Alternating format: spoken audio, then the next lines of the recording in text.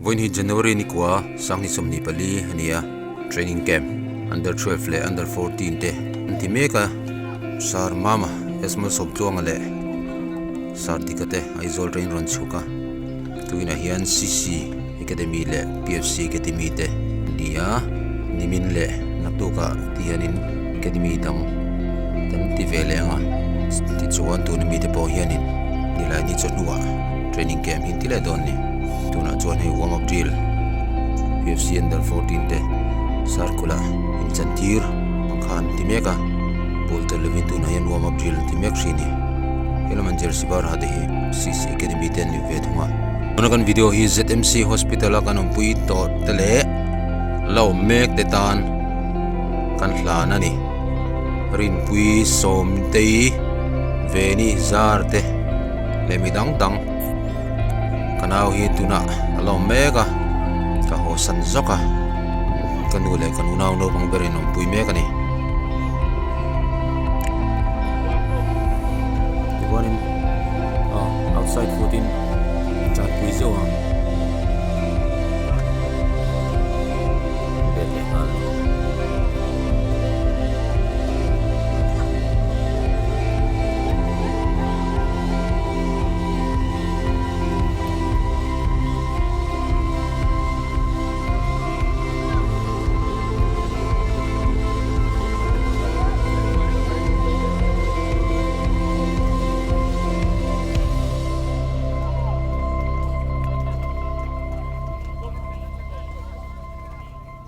group dangte full ma labera kwan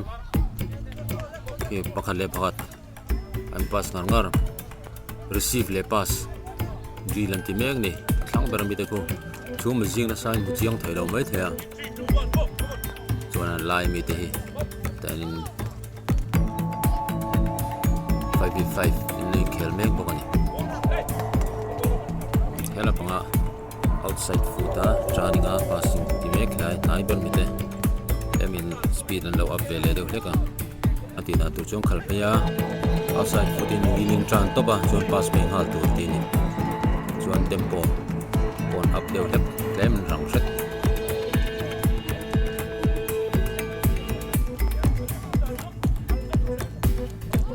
poi khata kal zot turin passing khan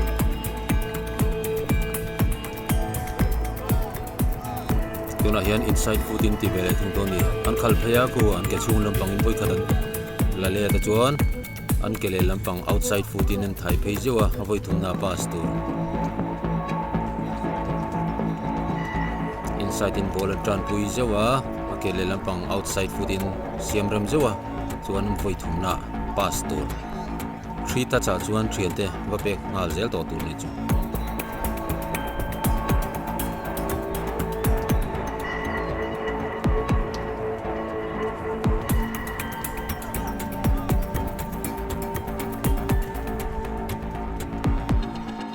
hela hianin didan lo kha be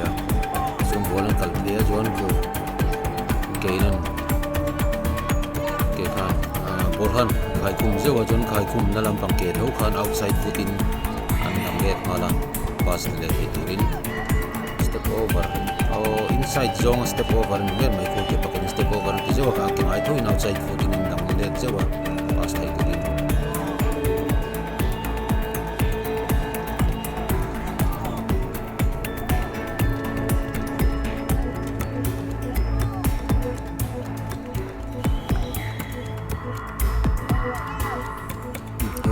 hianin minute khat chung ball khumi area konin ball ang khat goal don ani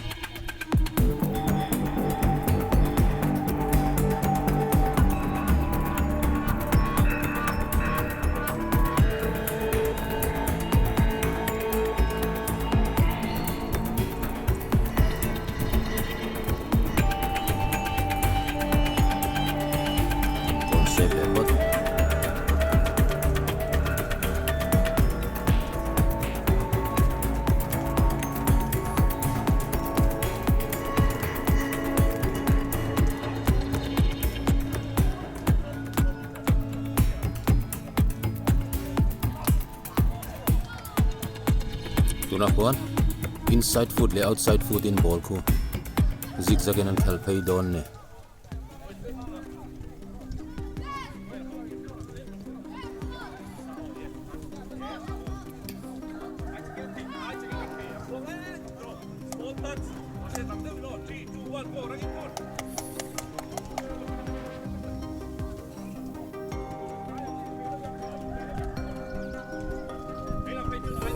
vei zong in an tile ke ding lampang in ti zo chia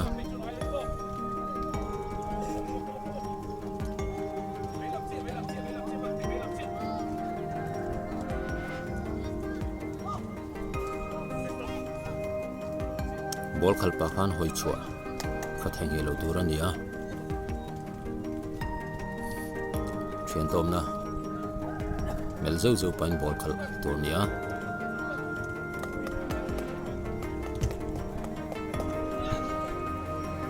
inside outside foot long char tuna khuan outside foot in ball an khal char ni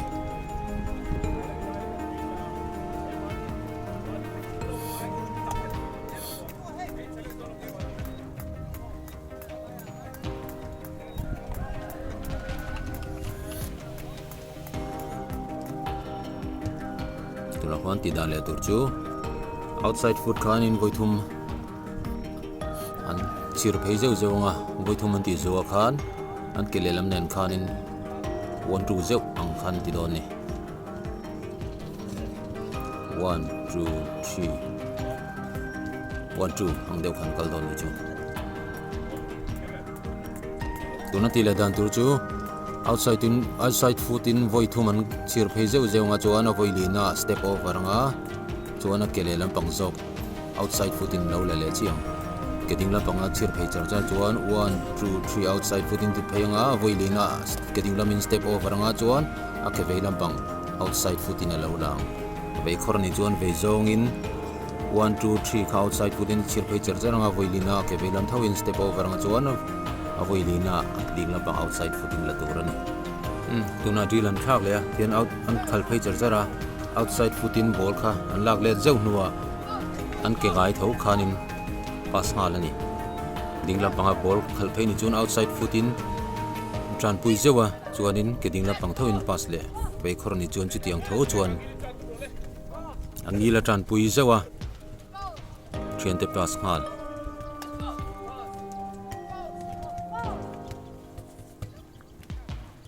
mo ball an tran kon khu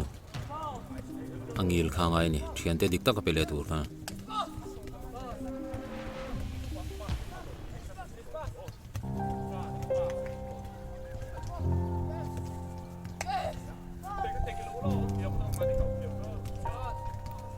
inside foot an mang vele chia inchine mi le chia khan me keding lam panga ball an khal phei chuan an keding lam thau khan inside foot in ball an la le zewa chuan thian te pass ngal ding khor le vei khor tan kha man tur ve ve ni inside foot kha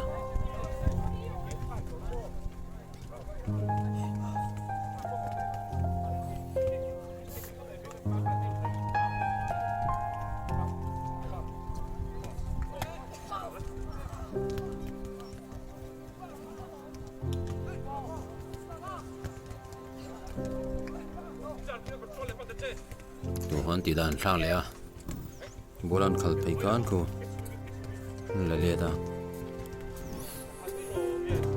ankle kerekin ball kha an la le da chum pass thei hal turin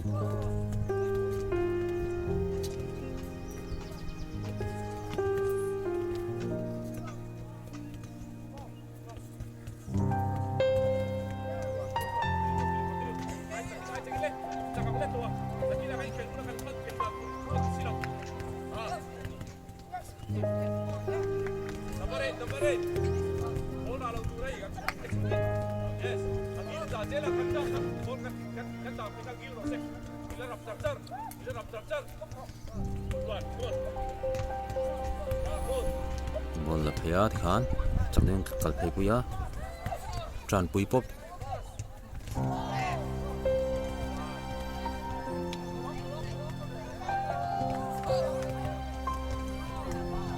to ti dan khap le a bolan khalpeina lampang khan bol ka a chu zong in step over zawa chuanin outside foot in an thai phei ngala chuan pastorin inside foot in ron bolan kar khum zawa outside foot an mangle ngala chuan pass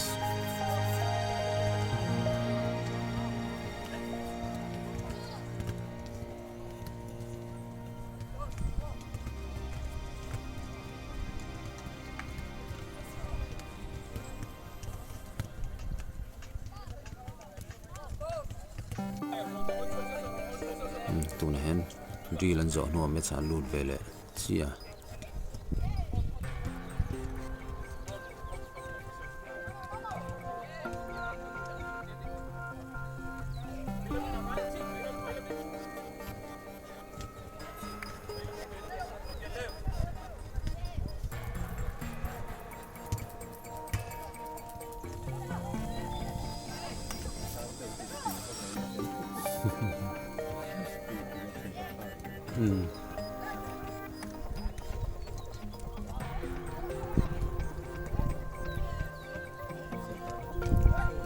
yeah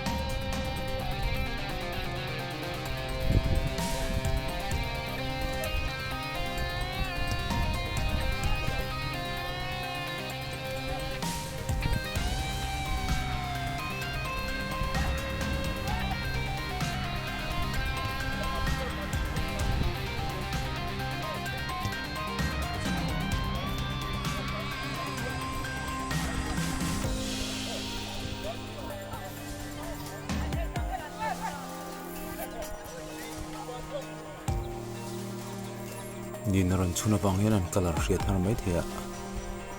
Jesus in hale bipsing hai nen chen sang lia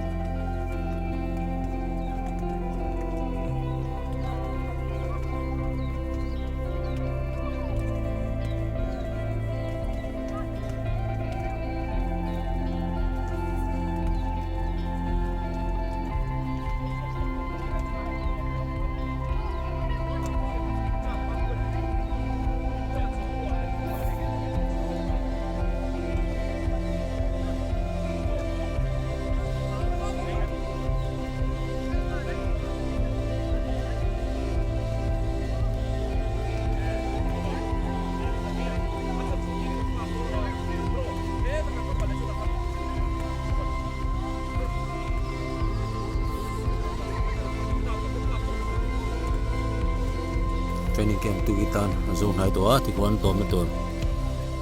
drill dang ti ti lo ni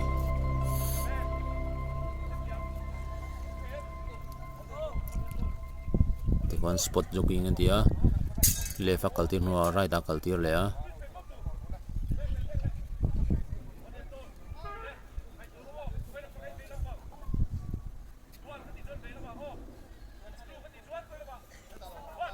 wana velam bek le a chu ti chun ding lama kal le a bek le ngal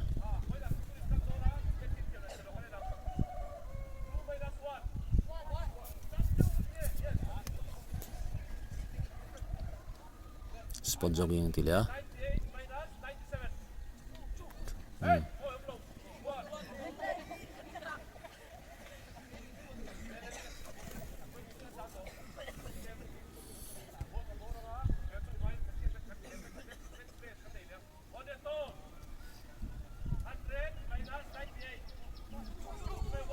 -98 the true ni vain ding lama kala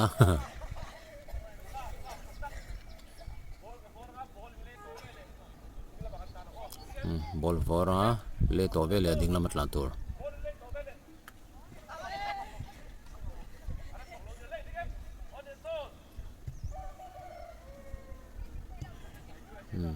le tok lo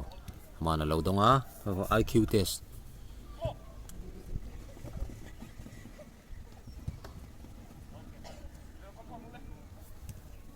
ka coach te thil soile an thil ti an en li uluk empty riat nan chani